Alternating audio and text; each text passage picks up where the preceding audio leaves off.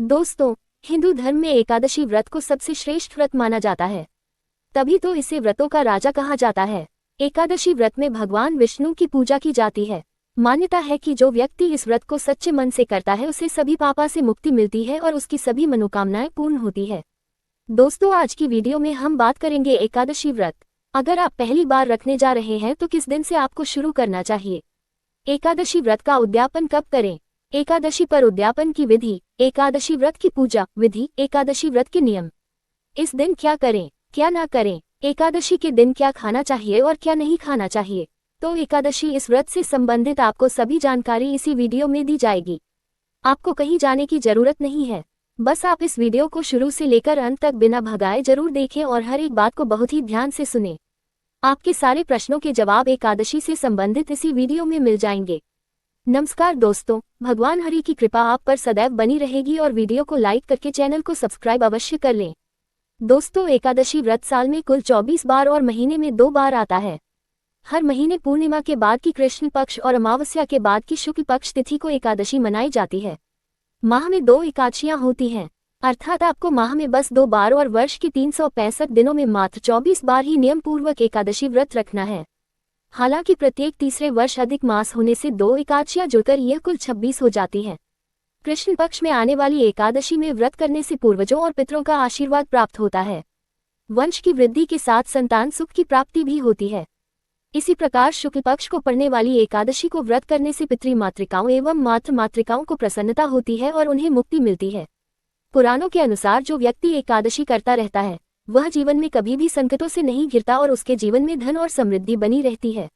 एकादशी व्रत के दिन चावल नहीं खाना चाहिए।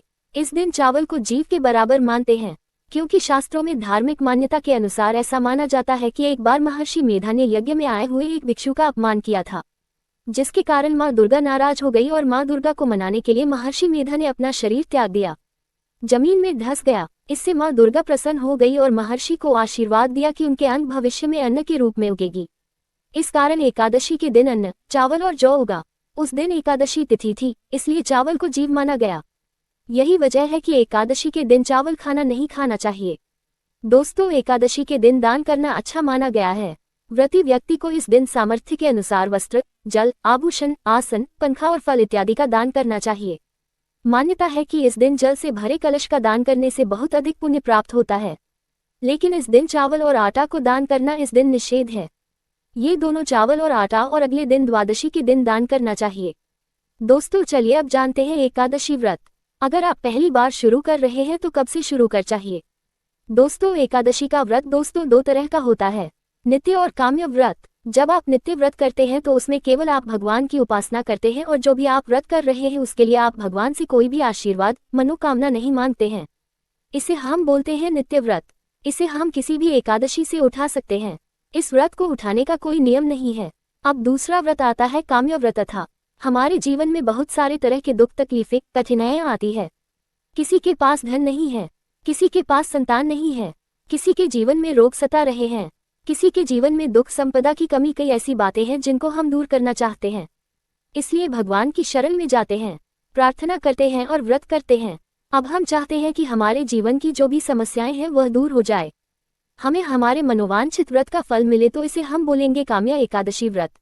एकादशी का व्रत शुरू ना करने के लिए 3 महीने बताए गए हैं: मलमास, पौष और भादो का महीना। इन तीनों महीनों में आप एकादशी का उपवास शुरू मत करिए।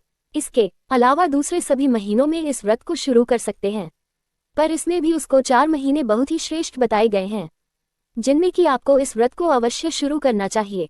सबसे पहले हम बात कर लेते हैं मार्गशीर्ष का महीना।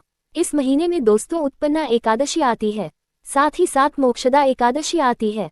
ऐसा कहा गया है कि एकादशी माता का प्रादुर्भाव उत्पन्ना एकादशी के दिन से हुआ था, जिसके महत्व की कथा मैं बहुत ही जल्दी आपको बताने वाला हूँ। मैं आपको वैसे भी पूरा एकादशी को जो महत्व है वह बताने वाला हूँ। तो दोस्तों, एकदम ध्यान से सुनिएगा।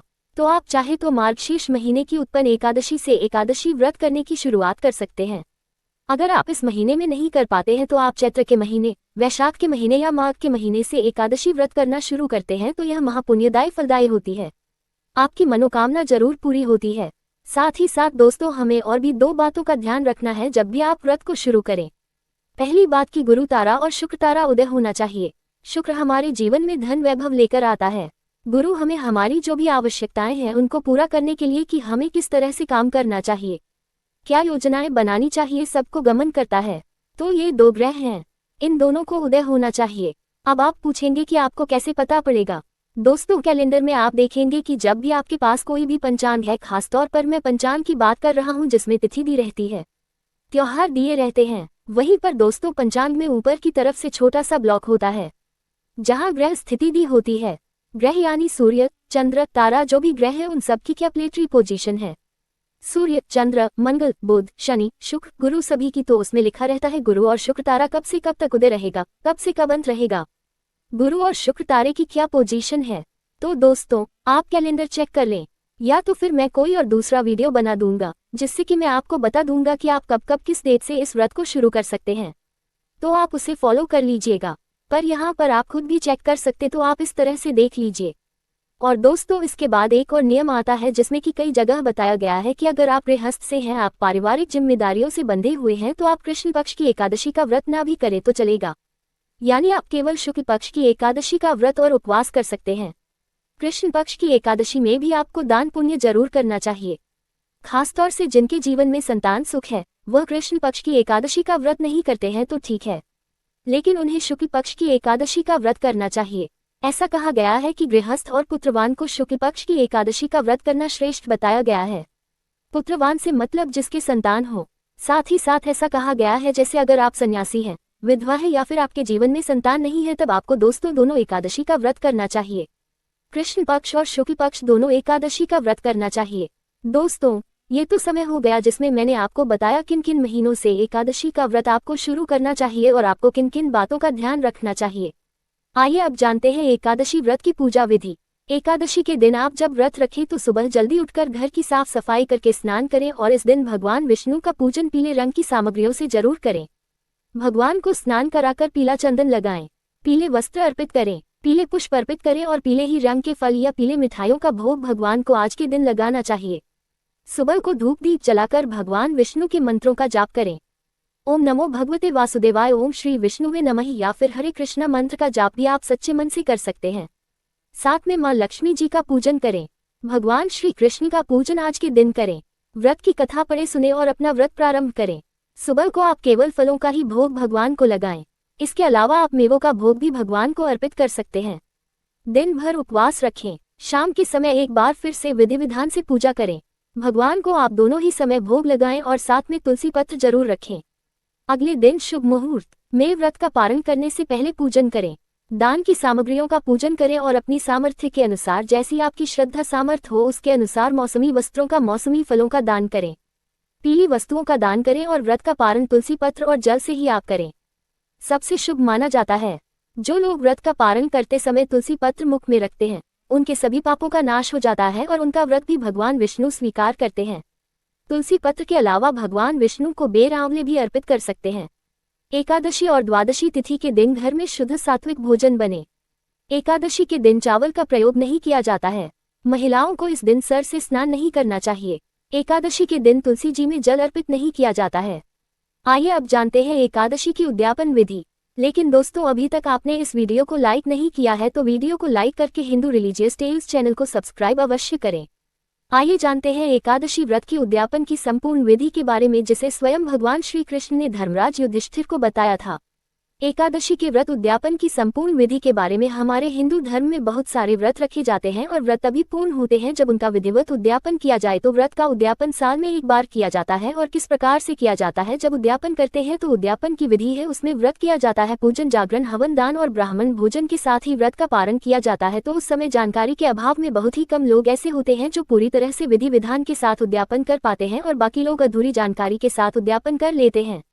तभी कहते हैं कि कभी कोई विशेष मनोकामना पूर्ति के लिए आप व्रत रखते हैं तो यही कारण है कि आपकी मनोकामना पूर्ण नहीं हो पाती है। हर व्रत की जो उद्यापन विधि है उसका अलग अलग शास्त्र सम्मत विधि विधान होता है। तो इसी तरह से शुक्ल पक्ष और कृष्ण पक्ष की एकादशी का उद्यापन करने के लिए जो विधि है वह इस प्रकार है।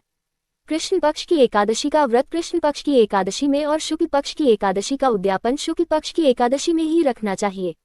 अगर आपने दोनों पक्षों के सभी 24 एकादशी व्रत या अधिमास होने पर 26 एकादशी के व्रत किए हैं तो फिर आप किसी भी पक्ष में एकादशी का उद्यापन कर सकते हैं, लेकिन कभी भी चौमासे में या चातुर्मास में एकादशी व्रत का उद्यापन नहीं करना चाहिए।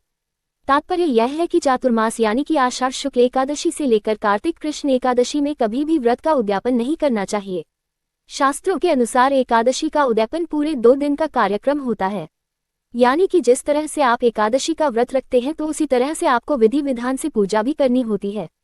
पहले दिन एकादशी को व्रत रखकर पूजा की जाती है, फिर द्वादशी तिथि को हवन करके आप अपनी सामर्थ्य के अनुसार जोड़े से ब्राह्मण को बुलाकर, या अगर हो सके तो जोड़े से न बुलाएं तो उससे ज्यादा आप जितनी भी आपकी सामर्थ्य हो